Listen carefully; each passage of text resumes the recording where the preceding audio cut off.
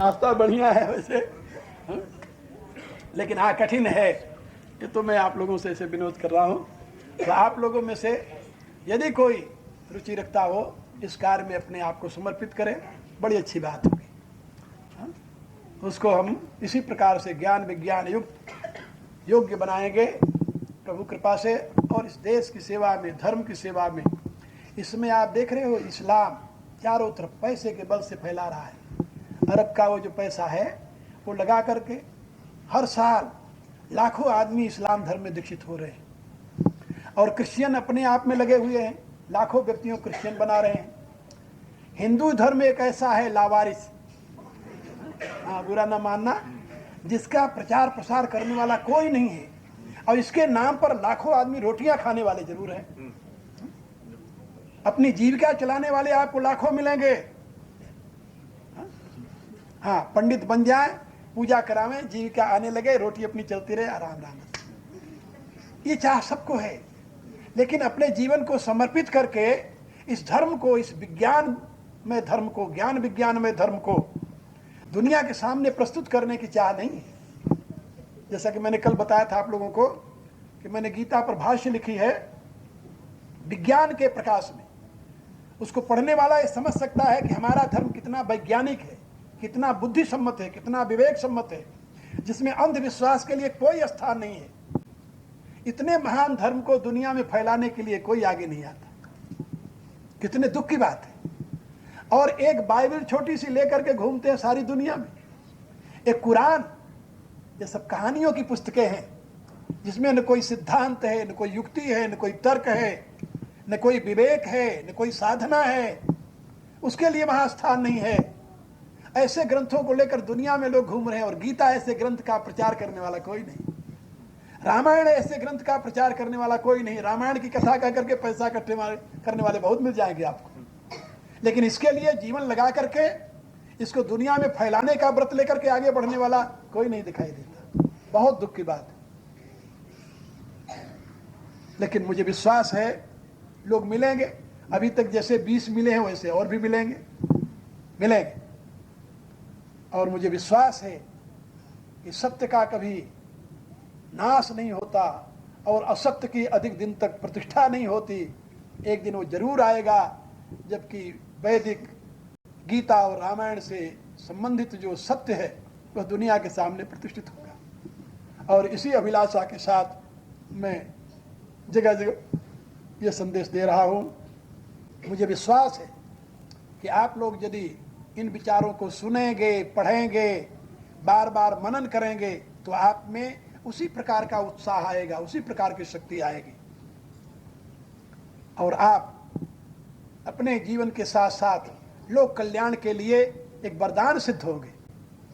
ये बात याद रखिए, हिंदू धर्म लोक के लिए वरदान है, क्योंकि इसमें जड़ता के लिए स्थान नहीं है। ये एक वैज्ञानिक धर्म है, ये तत्वमय धर्म है, और ये अनुसंधान के द्वारा प्रतिष्ठित किया गया है। ये अंधविश्वास पर प्रतिष्ठित नहीं है। जिस दिन हिंदू धर्म दुनिया से उठ जाएगा उस दिन मानवता का सर्वनाश हो जाएगा। इसलिए मानवता के जो प्रेमी हैं, ये नहीं कि सबको सन्यासी ही बन जाना है, कोई जरूरी नहीं है सन्यासी बनकर के इस धर्म का प्रचार हो। जो जहां है, जिस क्षेत्र में, वहीं से कर सकता है। आप जिससे मिले, जो बातें सुने उसको सुनावें, ये प्रचार हो जाएगा। आखिर सुन करके ही आप ग्रहण कर रहे हैं ना, और ग्रहण करके ऐसे आप दूसरे को सुनाएंगे, वो भी सुनेगा, उसको भी प्रेरणा मिलेगी। तो जहां तक इस धर्म के विचारों के प्रचार और प्रसार का कार्य है, आप कहीं भी रहते हुए कर सकते हैं, किसी भी अवस्था में कर सकते हैं। ये नहीं कि उसके लिए सन्यासी बनना जरूरी है, क्योंकि सन्यासी बनना खेल नहीं हो। तो कोई नारायण या पंथ में को चलत है वीर, पग पग में बरछी लगे, श्वास श्वास में तीर।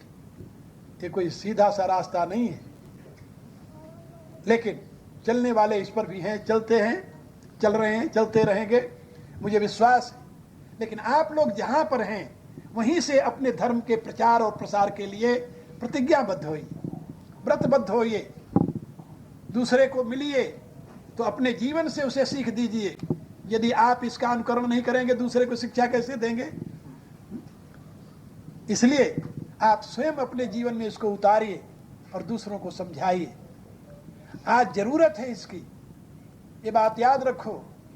आजकल ऐसी स्थिति है कि जो लोग अपनी संख्या बढ़ाने में लगे हुए हैं, उसका कारण यही है। इस समय बहुमत का राज्य है, बहुमत का हर एक जगह।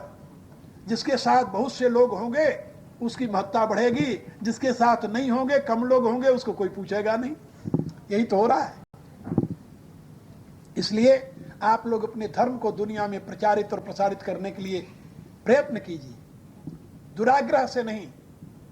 मैं लोगों से कहा करता हूं, we don't want to convert person but we want to convince person. क्या समझे? हम दूसरे को कन्वर्ट नहीं करना चाहते, हम कन्विंस करना चाहते हैं। क्योंकि कन्विक्शन के लिए विवेक की जरूरत है, और कन्वर्सन के लिए जैसे आजकल भय और प्रलोभन की जरूरत है।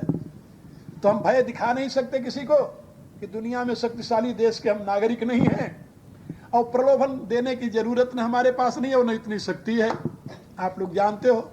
तो भय और प्रलोभन से जो कन्वर्सन दुनिया में हो रहा है ईसाईयत और इस्लाम के द्वारा, वो तो हम कर नहीं सकते। लेकिन कन्विक्शन की सामर्थ्य हमारे पास है, बुद्धि की योग्यता हमारे पास है, और इस समय ये वैज्ञानिक युग है। इस युग में पश्चिम के देश को तो मैंने देखा है, यहाँ लोग पैसे के लिए न तो प्रलोभन में आते हैं किसी के, और न तो भय में आते हैं। यदि आपके पास कन्विक्शन की शक्ति हो, अपनी बुद्धि के द्वारा उनको परिवर्तन कर सकें, तो आपके साथ वो जरूर लगेंगे, इसमें कोई संदेह नहीं। इसलिए मेरी राय है कि आप लोग जो सुनते हैं, जो समझते हैं, और मेरे पुस्तकों के द्वारा जो पढ़ते हैं, उसको आप दूसरों तक पहुंचाने का प्रयत्न करें। इसी में आपका कल्याण है, और इसी में आपके धर्म का प्रकाश होगा दुनिया में। आप धन्यवाद के भागी होंगे, प्रभु कृपा के भाजन बनेंगे। इन्हीं शब्दों के साथ मैं वाणी को विराम देता हूँ। प्रार्थना कीजिए, कल फिर मिलेंगे, फिर चर्चा करेंगे, और उसके बाद में इस शहर में वही 26 तारीख को कृष्णा मंदिर में मिलेंगे आप लोगों को। और 3 दिन का जो एम्स्टर्डम में है वो तो आप लोग जानते हो, रोज सुनते हो, वहाँ भी आइए, सुनिए 3 दिन तक। ओम भूर्भुवः स्वः तत्सवितुर्वरेण्यं भर्गो देवस्य धीमहि यो यो नः प्रचोदयात्। सर्वे भवन्तु सुखिनः, सर्वे सन्तु निरामयाः, सर्वे भद्राणि पश्यन्तु, मा कश्चित् दुःखभाग् भवेत्। ओम पूर्णमदः पूर्णमिदं पूर्णात् पूर्णमुदच्यते पूर्णस्य पूर्णमादाय पूर्णमेवावशिष्यते। ओम शांति शांति शांति।